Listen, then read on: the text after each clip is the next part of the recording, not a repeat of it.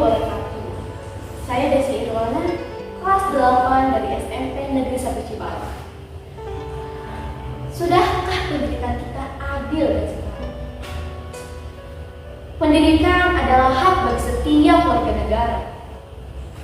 Pendidikan adalah kebutuhan bagi setiap anak bangsa, terkecuali saya. Tapi, apakah benar pendidikan adalah hak bagi rakyat kecil yang tidak terpandang?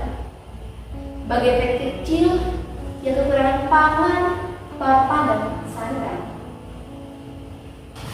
Dalam pembukaan Undang-Undang Dasar tahun 45, negara bertujuan untuk mencerdaskan kehidupan bangsa. Namun, sekali lagi, siapakah yang mencerdaskan? Apakah mereka anak orang yang mampu dan berkeringat harta? Apakah mereka anak orang berpangkat dan anak pejabat? Seolah kami sebagai rakyat kecil bukanlah apa-apa. Karena apa? Apakah karena saya tidak pantas untuk mendapatkannya?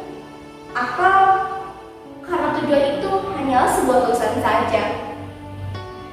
Sungguh yang disebut Pancasila kita yang kedua, keadilan sosial bagi seluruh rakyat Indonesia. Lalu macam apa ini? Kesetaraan. Ya, kata itu sangat mendambakan di negeri kita. Kesetaraan dalam berbagai hal, terutama kesetaraan dalam pendidikan. Tapi semakin berjalannya waktu, kesetaraan itu tak belum dirasakan oleh semua orang. Katanya negeri ini menjunjung tinggi keadilan dan kesetaraan, tapi kenyataannya sudah sejauh mana? Pemerintah pun terus-menerus mengingatkan kita tentang Pancasila. Tapi mereka lupa. Seharusnya mereka memberi contoh apa arti dari semua itu.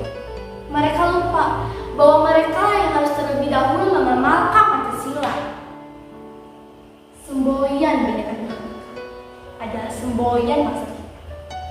Berbeda-beda, namun tetap satu jua. Namun, perbedaan kesetaraan dan perbedaan hak setiap warga negara dalam mendapatkan kualitas pendidikan bukanlah bentuk dari pengamalan Bhinneka Tunggal Ika. Ingatlah, ketika anak seorang pemulung yang menjerit ingin bersekolah dengan layak.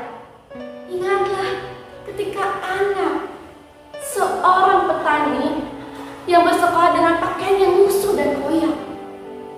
Ingatlah, ketika anak seorang buruh yang memakai sepatu sekolah yang telah rusak dan usang. Bukankah mereka juga warga negara? Tapi apalah daya, cerita mereka tak semerdu dan jadi manis para penguasa. Rintihan mereka tak seindah pidato para pejabat. Hari-hari ini kita saksikan diskriminasi dalam pendidikan, di mana si kaya dan si miskin yang tidak bisa bersama. Ketika si miskin tak bisa duduk di bangku sekolah unggulan yang luar biasa. Ketika si miskin yang harus bersusah payah untuk mendapatkan dan bisa diterima di sekolah yang disuka. Dengarlah, ketika si miskin mengadu ke sekolah. Pak, anak saya ingin sekali sekolah di sini karena ini sekolah favoritnya.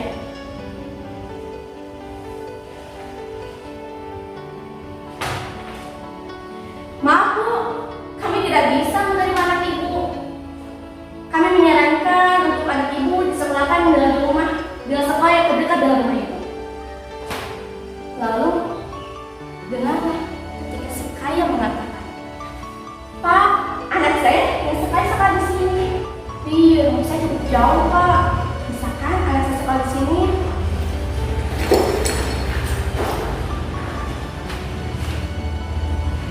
Oh, tidak apa-apa Bu. Lagian tidak terlalu jauh kok rumah Ibu. Bisa naik motor dan mobil. Tidak perlu naik pesawat juga kok. Apalagi Ibu isi daripada Evan. Silakan Bu, boleh sekali.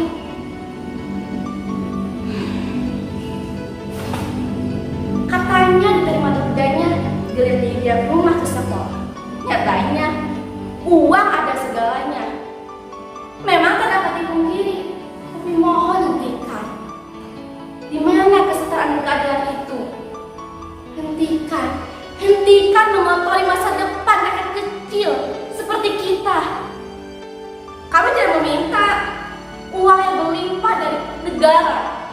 Kami hanya ingin merasakan kenyamanan dan kelayakan dan mendapatkan pendidikan yang setara. Ingatlah, tak kalah anak si miskin harus berjualan es untuk membayar SPP-nya. Ingatlah, ketika si miskin harus menjajakan minuman untuk membayar iuran sekolahnya. Ingatlah, ketika si miskin harus menjual gorengan untuk mengganti seragamnya yang lusuh. Lantas, si kaya berkata, ini adalah latihan kemandirian. Apakah bantuan yang kurang mampu untuk siswa sudah merata di setiap sekolah? Atau sengaja tidak dimeratakan karena kita berbeda? Bukankah kami generasi bangsa yang diharapkan membangun dan mengharumkan nama negeri ini? Maka kami pun harus lebih dulu merasakan harumnya pendidikan yang kami impikan. Dan cukup di situ perbedaan yang kami rasakan.